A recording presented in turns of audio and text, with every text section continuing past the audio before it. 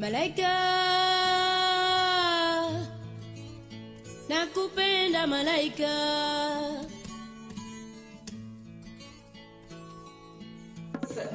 Et je vous souhaite le bienvenue aujourd'hui dans ce lieu qui est absolument idyllique ici au parc Jean Drapeau.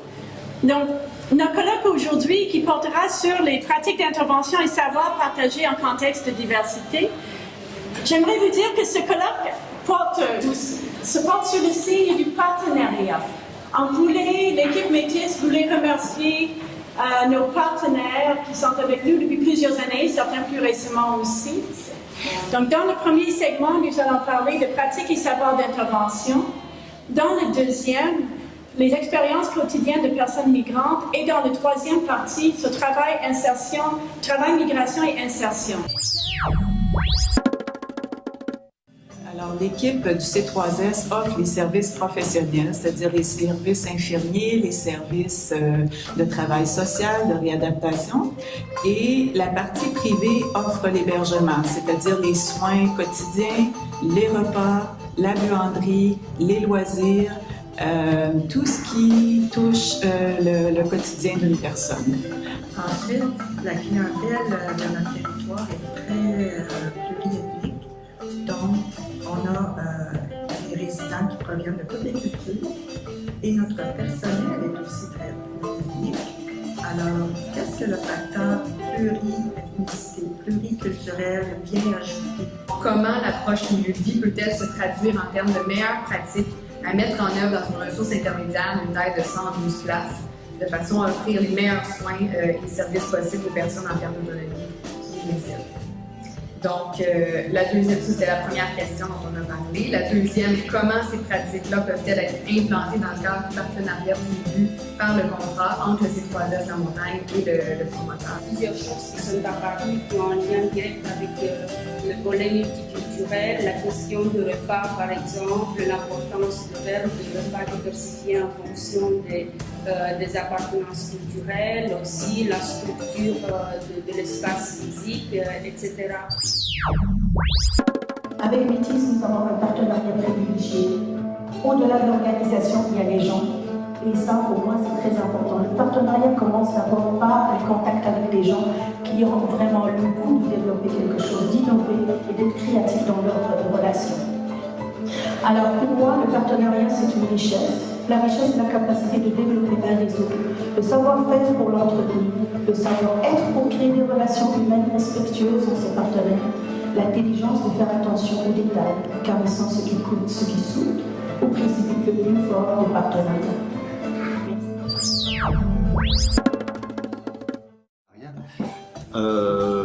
Alors, nous allons maintenant vous parler des nouveaux arrivants haïtiens, qui est une recherche exploratoire qui a été financée par Métis. Merci Métis.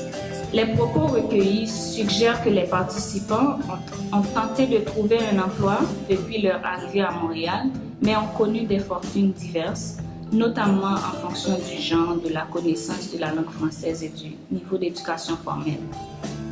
L'une des difficultés, et c'est vraiment une première pour nous dans la communauté et dans la maison d'Haïti, c'est qu'on faisait face pour la première fois à une immigration suite à un séisme, donc suite à un bouleversement. Ce n'était pas du tout la même chose, ce n'est pas du tout le même genre d'immigration que des gens qui se préparent, qui font leur papier, qui mentalement se préparent en Haïti.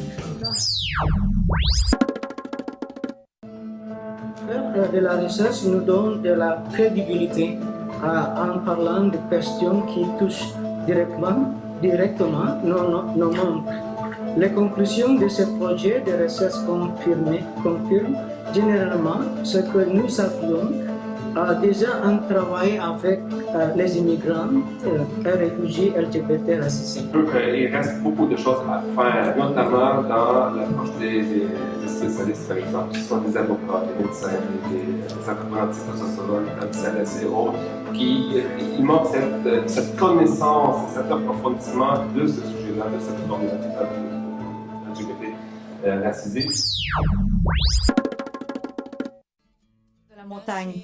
Je suis venue parler du vécu, de l'expérience des femmes enceintes qui n'ont pas de carte d'assurance maladie, qui n'ont pas de couverture médicale quand elles accouchent à Montréal, et à la fois des difficultés que ça fait naître dans le système, de l'impact de cette réalité-là pour les femmes elles-mêmes, pour leur santé, pour la santé mentale, l'impact que ça a dans le couple et tout, et l'impérieuse nécessité de trouver une solution à ça, plusieurs solutions, et de joindre les efforts des gens de terrain comme moi-même, des chercheurs pour documenter cette réalité, et des décideurs, des gens qui sont actifs dans les groupes communautaires pour arriver à trouver une solution qui soit juste et qui fasse partie de la société dans laquelle on veut vivre. Alors le contexte, pourquoi le récit numérique? Le récit numérique, devrait peut-être dire c'est quoi? Donc le récit numérique, c'est une courte vidéo qui intègre musique, son, image et c'est narré au jeu. Donc c'est la personne qui choisit de dire une histoire qu'elle veut bien raconter et la particularité, c'est que c'est court. Nous agissons sur les déterminants de la santé par le biais de l'emploi et de la prospérité économique. Donc nous avons conçu au cours des dernières années un projet avec des dames des Philippines qui étaient jusqu'ici au Québec des auxiliaires familiales en milieu résidentiel. Nous les avons amenées à apprendre le français, à développer leurs compétences en regard des standards de 3 établissements de santé partenaires du projet, le C3S de la Montagne, Cœur de l'Île et Saint-Michel-Saint-Léonard. Et aujourd'hui, toutes ces dames ont des beaux emplois dans le réseau de la santé québécois.